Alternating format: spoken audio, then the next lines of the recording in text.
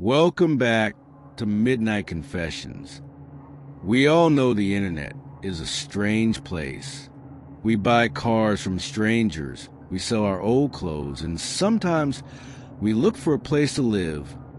But when you invite a stranger into your life, or worse, when you move into theirs, you never really know what you're signing up for. Tonight's story is a deep dive into a Craigslist deal that went horribly wrong.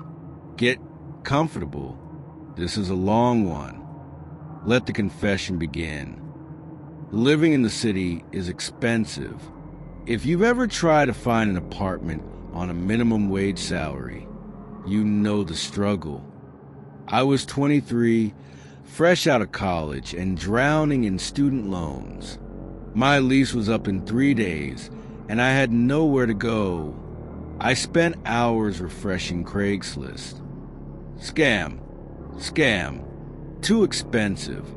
Roommate wants a female-only companion. Scam.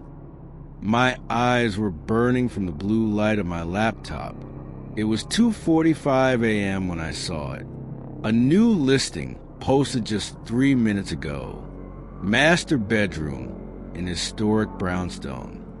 $500 per month. Utilities included. Immediate move-in. I froze. $500? In this neighborhood? That wasn't just a deal. It was a miracle. Or a trap. But I was desperate. The photos looked decent. Old hardwood floors, high ceilings, a bit dusty but spacious. The description was short. Quiet professional looking for a quiet tenant. Must be neat. No pets. No overnight guests. Cash only. I emailed immediately. I didn't expect a reply until morning. But 30 seconds later, my phone pinged. Can you come see it now? It was 3 a.m.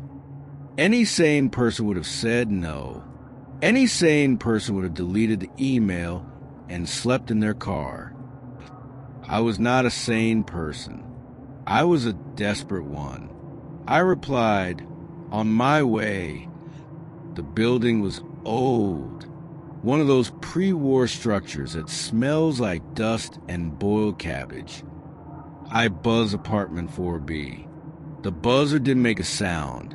The door just clicked unlocked instantly. I walked up the 4 flights of stairs.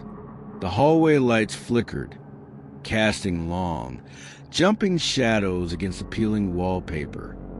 At the end of the hall, the door to 4B was already open. Standing there was a man. He introduced himself as Arthur. He was tall, incredibly thin, wearing a sweater that looked 2 sizes too big. He smiled, but it didn't reach his eyes.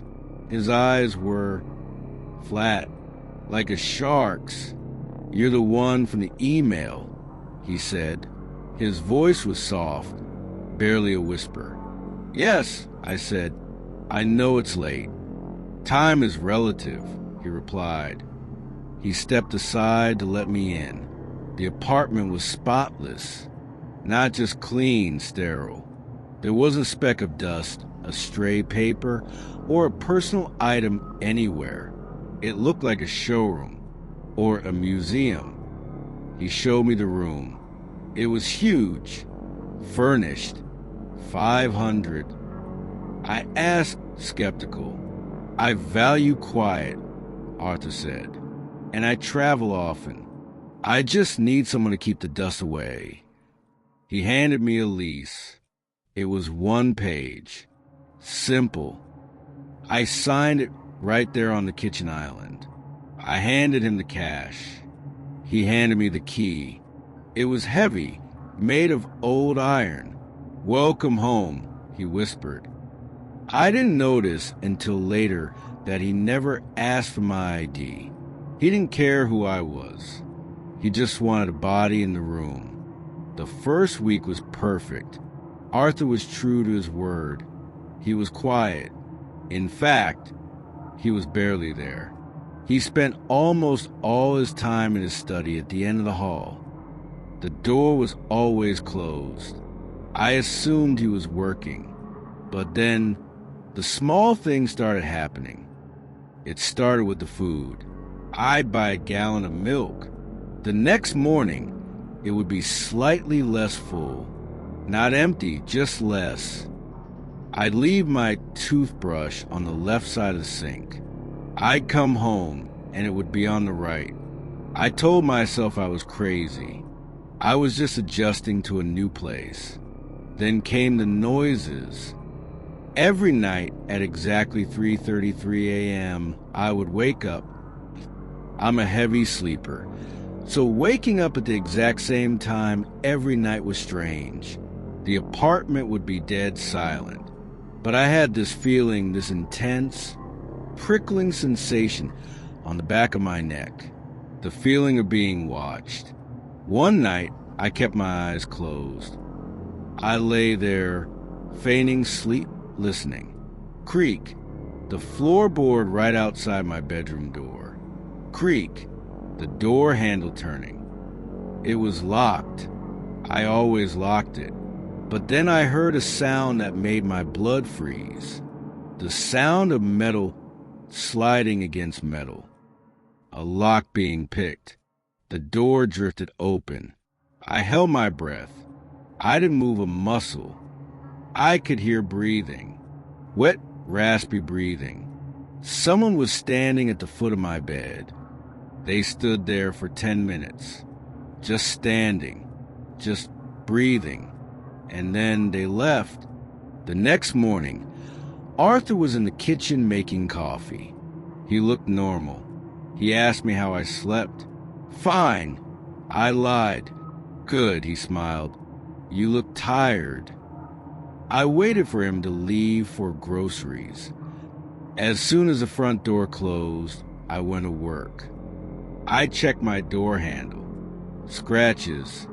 Fresh ones. I needed to know what was in his study. It was locked, of course, but the building was old. The ventilation grates were loose. I went into the hallway closet, which shared a wall with the study. I pulled down the old metal grate and shined my flashlight into the duct. I didn't see a study. I saw monitors, dozens of them. The wall between the study and my room wasn't a wall. It was a two-way mirror. I crawled out of the closet and ran to the mirror in my bedroom. I cupped my hands against the glass. Darkness. But then I saw a tiny red light blink on the other side. A recording light. I wasn't a tenant. I was a cast member. Arthur wasn't traveling. He was in there, watching, always watching. And then I saw the notebooks on his desk through the glass. They were labeled by dates. Years of dates. Subject 4. Subject 5. Subject 6. I was Subject 7. And the last entry for Subject 6 was just 3 words. Disposal complete. Cleanup required. I didn't pack. I didn't care about my clothes or my laptop. I grabbed my car keys and ran for the door. It was locked. Not just locked, bolted from the outside. A heavy deadbolt that wasn't there before. Leaving so soon? The voice came from the hallway speakers. It was Arthur. The lease is for a year, David. You signed the contract. I ran to the window. 4th floor. The fire escape was rusted and retracted.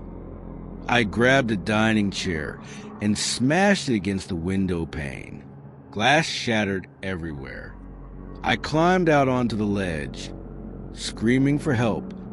People on the street looked up. Behind me, the door to the apartment burst open. Arthur was there. He wasn't smiling anymore. He was holding a syringe. It's a breach of contract, he screamed. I jumped. I didn't aim for the ground. I aimed for the dumpster in the alley. I broke my leg in 2 places and 3 ribs, but I lived. When the police raided the apartment, Arthur was gone. The monitors were smashed. The notebooks were burned. They found traces of DNA in the walls. Lots of it. They never found Arthur. But yesterday, I was looking for a new place. A safe place. And I saw it. A new post on Craigslist. Master bedroom. Quiet building. $450 per month. Cash only. The contact email was different. But the photo showed a brand new dining chair sitting in front of a freshly repaired window. The scariest monsters aren't hiding under your bed. Sometimes they're the ones renting you the bed. Be careful who you trust. And always check the mirrors. Thanks for listening to this feature-length confession. If you want more deep dives into the dark web, hit subscribe. Sleep tight.